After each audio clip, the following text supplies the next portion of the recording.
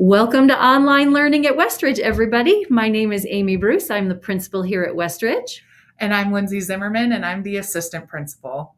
So we're excited to be here with you today, creating this video because we now have been able to put together enough details about our online learning program here at Westridge that we're ready to share those with you.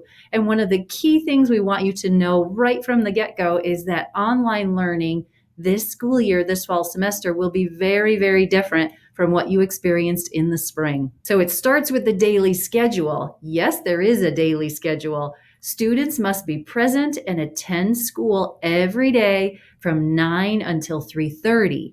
Attendance will actually be taken twice every day, once in the morning at arrival and once right after lunch in the afternoon. That's just like we do on a normal school day in face-to-face learning. Your child actually needs to be present on that Google Meet call in order to be counted as attending school at both of those times each day. Now, the schedule will come to you from your teachers, and it is highly likely that it will be a little bit different with regard to their small groups each day. So be sure, parents, to check your email or IC Messenger every day to get your students' agenda for that day so you know when they are specifically participating in things like small group work that are changeable.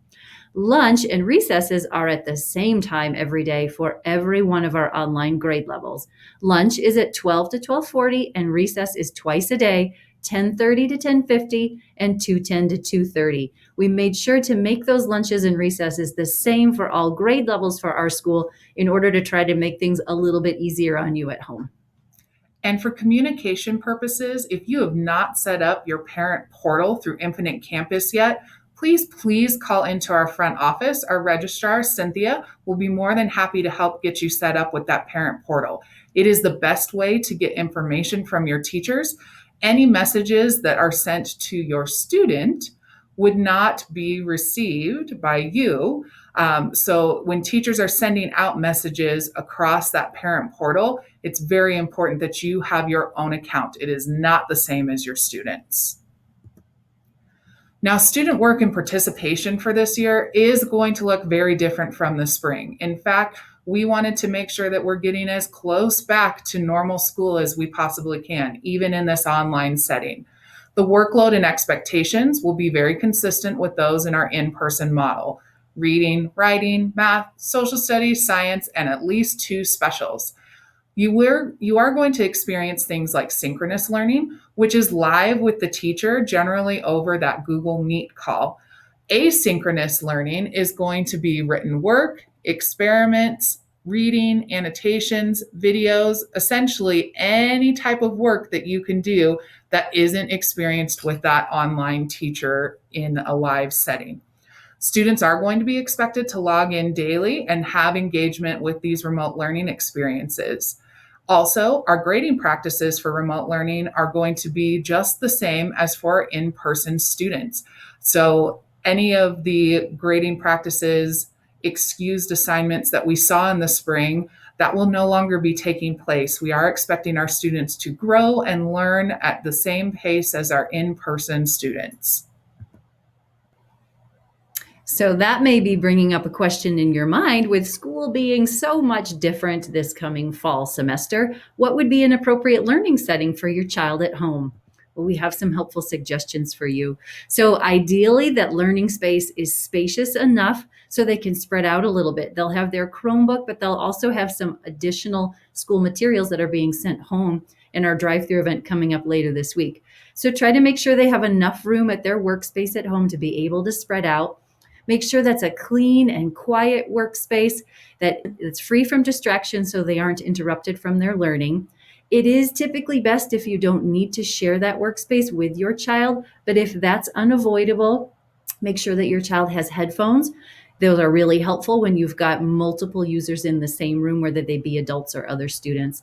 It's also really helpful for your child if that workspace, their school space, is the same every day. So it's consistent for them that they get up and they go to their school space every day as a routine.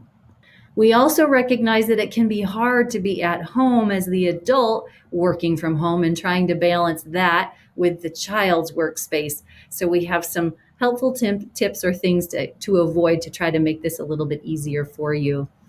If you can, like we said before, if you can avoid sharing that workspace with your child, that would be ideal. It gets really tricky and not so productive if we've got multiple people on video calls in the same room. So try to avoid that. It's also tricky for our young learners if their workspace is sitting on their bed or sitting on the couch. Try, if you can, to make sure that their home learning space is specific to home learning and is different from the space that they use for relaxing or taking a break. Now, our parent and adult expectations for online learning are a bit different as well. In fact, your role is going to be much more as a logistics and tech help for your student as you go through this experience. One thing that we highly recommend is that you attend our virtual back to school opportunities with the teachers. Some of those have already happened, but please reach out to your teachers and they can help guide you through this process. We also are asking that you monitor your students' daily progress.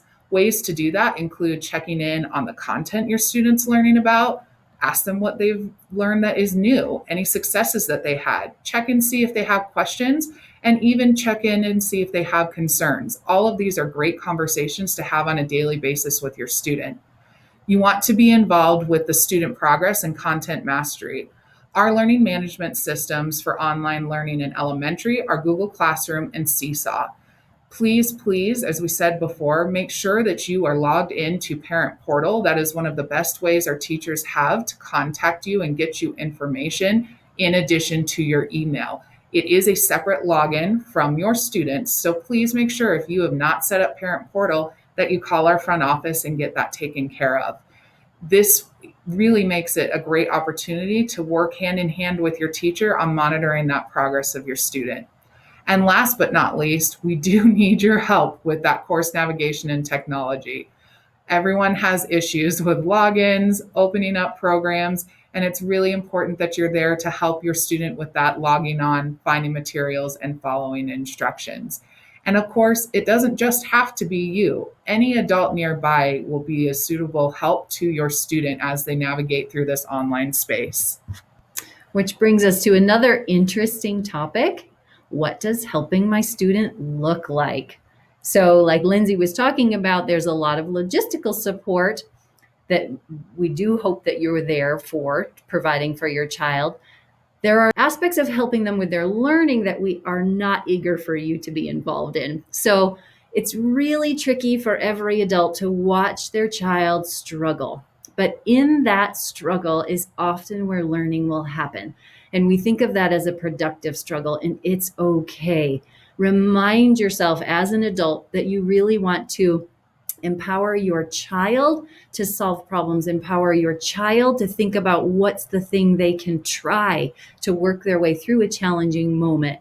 You don't want to fall into the trap of doing things, doing school for your student. You already spent your time in elementary school. This is their turn to be the learner. So remind them of that you're actually doing them a favor when you allow them to productively struggle through those growth moments.